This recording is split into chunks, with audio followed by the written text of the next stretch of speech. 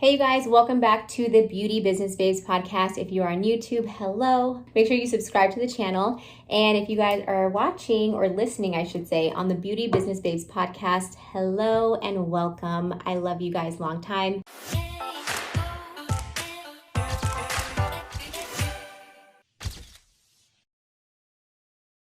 Let's go ahead and get started. This is the fourth episode, by the way, that I am recording. I batch my content when it comes to the YouTube videos and the podcast. So I sit here and I try to do 2 to 4 episodes depending on my energy level. And this is the fourth one. And last week's episode was when to take the course or hire the mentor. Now we're going to dive in a little bit deeper. We're going to be talking about how to hire the mentor or the coach or the training program or whatever, okay?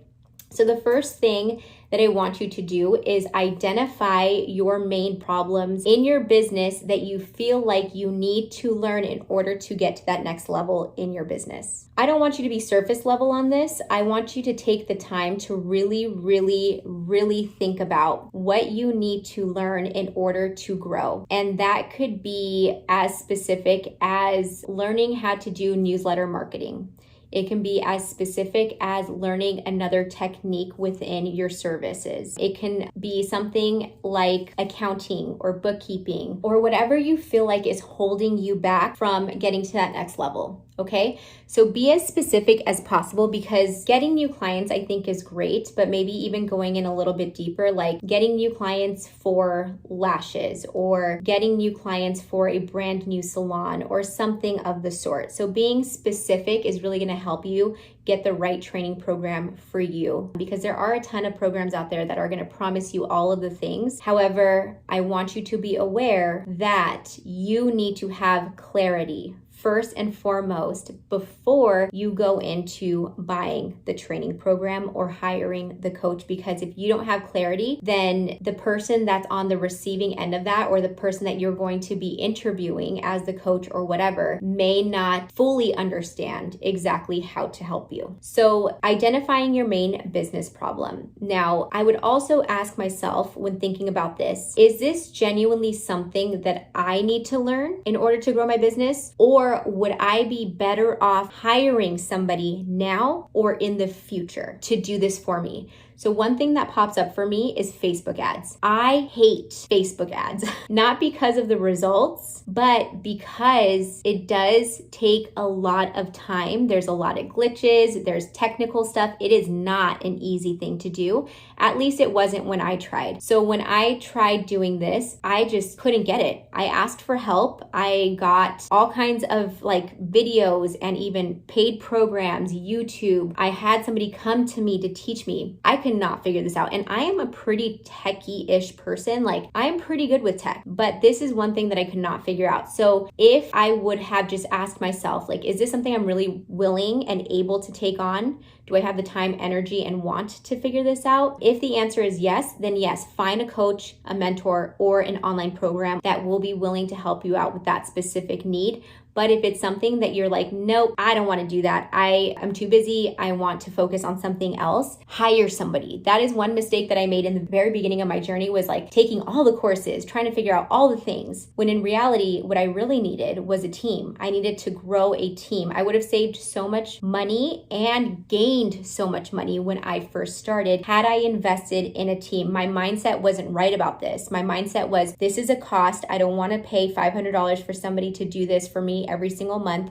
It's a cost, it's a cost, it's a cost. But that mindset should have been switched into this is an investment. That $500 that I'm paying for this Facebook ad manager is going to get me $1,500. And then I can continue to reinvest in my business or do what I need to do in order to continue to grow this thing, right? So the mindset piece is so important when it comes to money. And it's something that I think I see a lot in the Beauty Business Babes Facebook group. They're like, oh my God, that's so much money. But it isn't. A lot of the times it's an investment that you are making because you're going to get that return in that investment back Okay, so the next thing when it comes to hiring a mentor is finding the right person, training program, business that can actually help you. So this can come in the form of online trainings, one-on-one Zoom trainings, one-on-one in-person trainings, group trainings, masterminds, yada, yada, yada. I found that for me personally, I learn best when I'm in like a Tony Robbins event. Okay, this is why I made Slay the Spray very similar to a Tony Robbins event in terms of like it being fun and exciting and dancing and music and all the things, because when you have fun, you actually learn more. It's a scientific fact. So I learn best in those environments, or the complete opposite. I learn best when I'm taking an online course at my own pace, when there's no like deadline to be had. And I find that I just do way better with that. But it depends on your learning style. Everybody's different. So depending on whether you need a little bit of hand holding, you can do a Zoom call, an in-person type of training. If you need to learn something technical like lashes, I would definitely recommend a one-on-one in-person training. So you have a variety of different options. So I would figure out like, what am I looking for? What feels good? In what environment would I learn and thrive in best? So when you're looking for a mentor, you can find these mentors and coaches on Google, Facebook, Instagram. You can get referrals from people. Like there's so many different ways to do this. Personally, I see a lot of coaches on Instagram and my Facebook. I'm like flooded with coaches for all kinds of different things. But if you are not, then maybe a quick Google search would be great. If you go in and you say like beauty business coach or something similar to that, or you might want to be even more specific. So like beauty business coach that teaches Facebook ads, or Facebook ads coach even, because they don't necessarily need to be in the beauty industry, depending on what it is that you need. If you need to learn about newsletter marketing, you don't need somebody that's in the beauty industry, although I do find that it is helpful if they understand your niche, but ultimately you really don't. So trying to think of an example. When I first started, I actually hired this girl as a one-on-one coach, and we had a 3-hour session, and she really does not know anything about beauty. I don't even think she wears makeup, okay? But I really resonated with her message. I really liked her. I thoroughly looked through all of her stuff, her website, her YouTube channel, her Instagram, and I just connected with her. I aligned with her. I trusted her, and I felt like she would be somebody that would be great to get on a phone call with and hash out 3 hours of work. And we did that. And she's the one that led me to do a personal brand, which nobody in our industry, in the spray tanning industry at that time, was doing a personal brand. And what a personal brand is basically showing your face to camera or being the face of the brand. So nobody was doing this at the time, and I was really the first person in the spray tanning industry to do this, which I felt like right time, right moment, right strategy for me to catapult my business. And it really, truly did help. And she, again, wasn't in the beauty industry. So I love that. The next thing when hiring a mentor is vetting them. This is so important. And instead of sitting there thinking like, is this online program going to help me? Or is this coach actually going to help me? Instead of thinking about it and coming up with your own conclusions, vet them. Ask for reviews. Go on their website. Go on their social media accounts. Look at their videos. Do they align with you? Is it your type of personality? Do you really feel connected to them? And can they teach you what it is that you want to learn?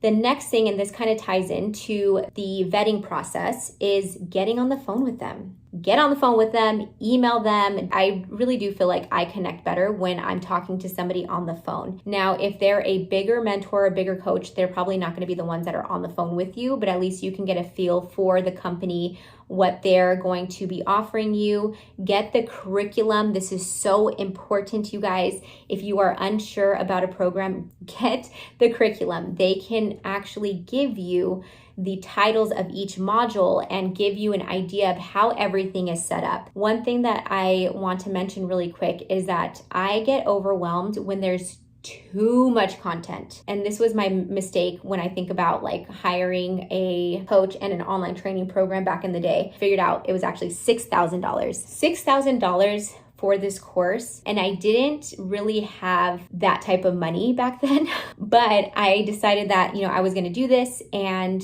when I entered the course, it was 12 months of programs. There were so many programs and they were so long. I did not get through month one. And the reason why, it was overstimulating. It was like I was overwhelmed by so much content that I was like, F this. Like I wasn't excited about it. I did not want to watch all those videos. I didn't want to read all the literature.